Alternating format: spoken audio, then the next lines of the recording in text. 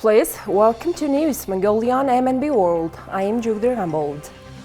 And for our top stories, 989 engineers have been prepared in Japan in the last 10 years. Mongolia celebrates Doctor's Day during high hospital workloads. Parliament of Mongolia and the Inter-Parliamentary Union extend their partnership. For the news, stay tuned.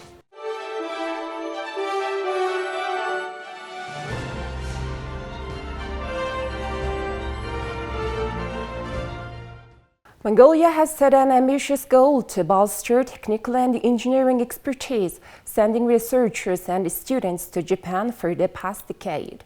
A total of 989 trainers, researchers, and students have participated in this collaborative program, with the latest cohort of 65 students recently returning to Mongolia.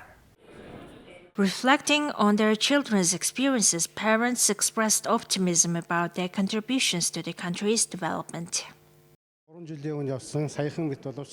3 years ago, my son was selected and went to Japan. I wish for my son to contribute to the country's development. I'm from Overhanga province. My son studied architecture and construction. Through the program to prepare 1,000 engineers in Japan, students entered COSAM programs and pursued bachelor's, master's, and doctorate degrees. I majored in IT engineering. The difference between Mongolia and Japan is that I had extensive practical training and internships in Japan.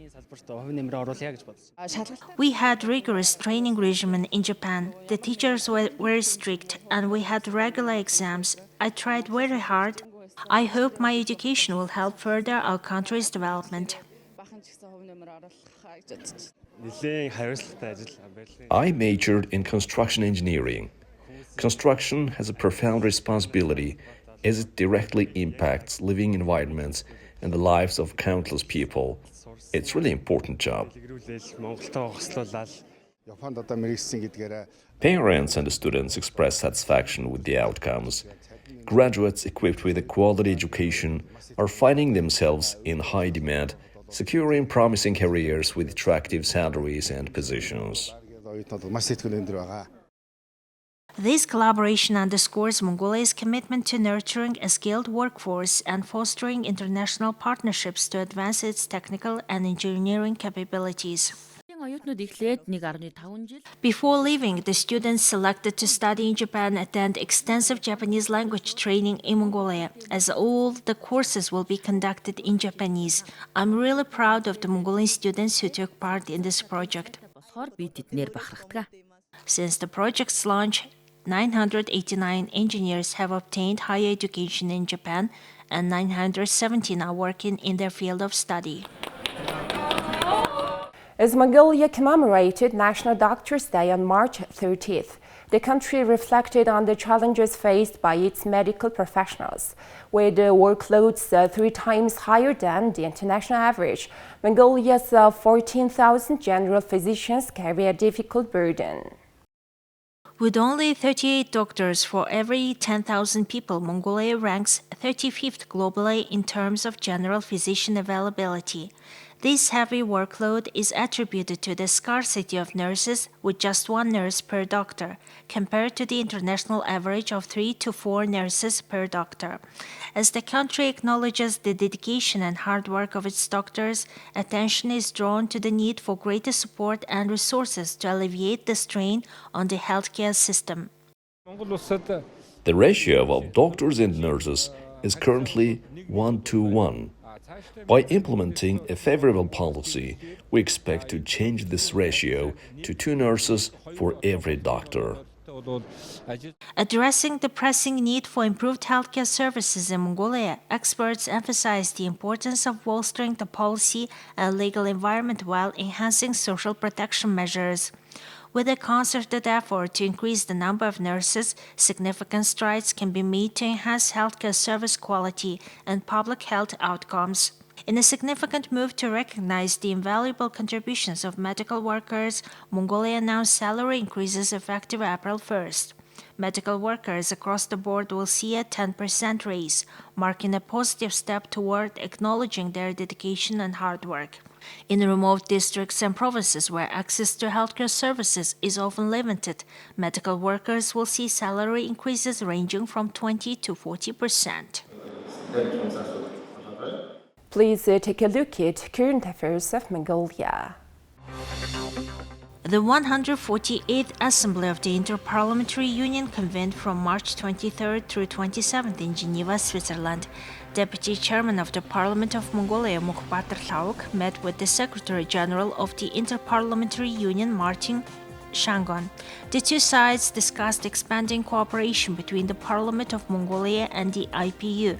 They signed an agreement to extend the Memorandum of Understanding established in 2022 until 2025. The extended memorandum focuses on integrating human rights into parliamentary processes, promoting a human rights-based approach in parliament's operations, and strengthening gender-sensitive practices. Mongolia's state Great Horath is the 13th parliament to assess gender sensitivity according to IPU standards.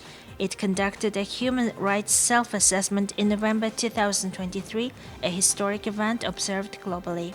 The signing ceremony was attended by various officials, including Chairman of the Standing Committee on Social Policy Anurjan and Girilma, Mongolia's ambassador to Switzerland. Now please have currency exchange rates provided by the Mongol Bank.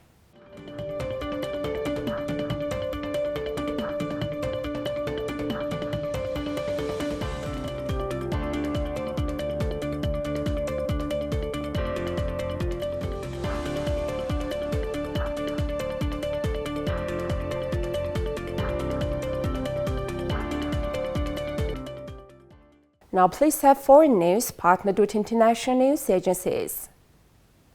Pope Francis overcame concerns about his health to preside over Easter Sunday Mass, leading some 30,000 people in a flower-decked St. Peter's Square in one of the most important liturgies of the year. Just hours after celebrating the 2.5-hour nighttime Easter Vigil, the 87-year-old Francis appeared in good form at the start of the liturgy in the blustery piazza. Francis, who had part of one lung removed as a young man, has been battling respiratory problems all winter. The Vatican said some 30,000 people attended the Mass, with more packing the Via della Conciliazione boulevard leading to the piazza. At the start of the service, a gust of wind knocked over a large religious icon on the altar just a few feet from the Pope. Ushers quickly righted it. Easter Mass is one of the most important dates on the liturgical calendar, celebrating what the faithful believe was Jesus' resurrection after his crucifixion. The Mass precedes the Pope's Urbi et Orbi to the city and the world, blessing a lengthy speech that traditionally rounds up all the threats facing humanity. For the past few weeks, Francis has generally avoided delivering long speeches to avoid the strain on his breathing. He ditched his Palm Sunday homily last week and decided at the last minute to stay home from the Good Friday procession at the Colosseum. The Vatican said in a brief explanation that the decision was made to conserve his health. The decision appeared to have paid off, as Francis was able to recite the prayers of the Lenten Saturday night Easter Vigil service, including administering the sacraments of baptism and First Communion to 8 new Catholics, and preside over Easter Sunday Mass. After a busy Holy Week, Francis should have some time to recover, as there are no major foreign trips scheduled for several months. Families of killed Bucha residents commemorated them in a ceremony on Sunday, amid the second anniversary of the city's liberation from the Russian army. Mourners gathered with flowers at the city's cemetery to pay their respects. 509 civilians became victims of Russian aggression. The international murder by the Russians of a civilian who wanted to live, wanted to work, create a family, but the Russian who came here with a weapon ended her life. Today, 272 heroes rest in the cemeteries of our community. 272 fathers, brothers, and sons did not return home to their relatives.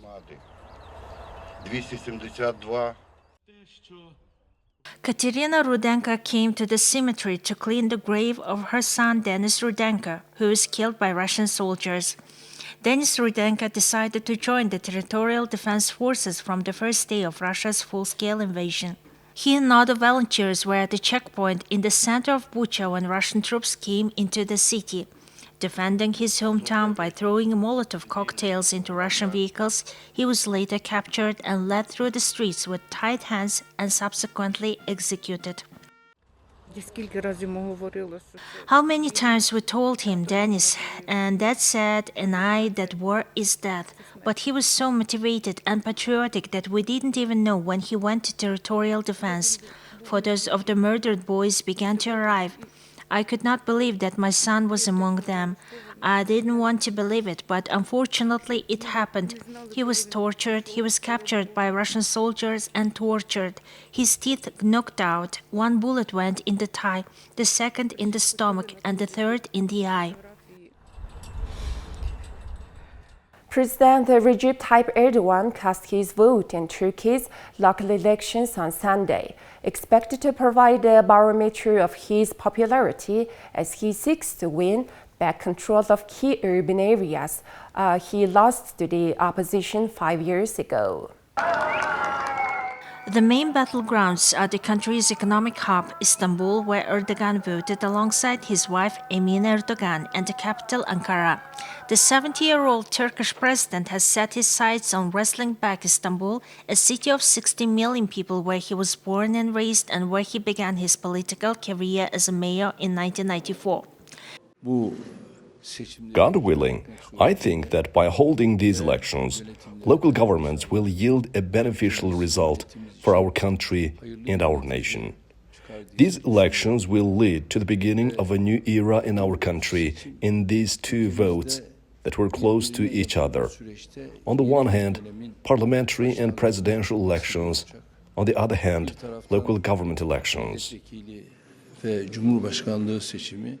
A strong showing for Erdogan's ruling Islamic-oriented Justice and Development Party, or AKP, would likely harden his resolve to usher a new constitution, one that would reflect his conservative values and allow him to rule beyond 2028, when his current term ends, analysts say. For the opposition, divided and demoralized after a defeat in last year's presidential and parliamentary elections, keeping Istanbul and Ankara would be a major boost and help remobilize supporters. Erdogan said he hoped that the elections taking place less a year after the presidential and parliamentary elections would herald the beginning of a new era and new century. Turkey marked the centenary of the founding of the republic last year. Some 61 million people, including more than 1 million first-time voters, are eligible to cast ballots for all metropolitan municipalities, town and district mayorships, as well as neighborhood administrations. All right, that's all for today. Thank you for staying tuned. We'll see you next time with more news and updates. Have a great day ahead.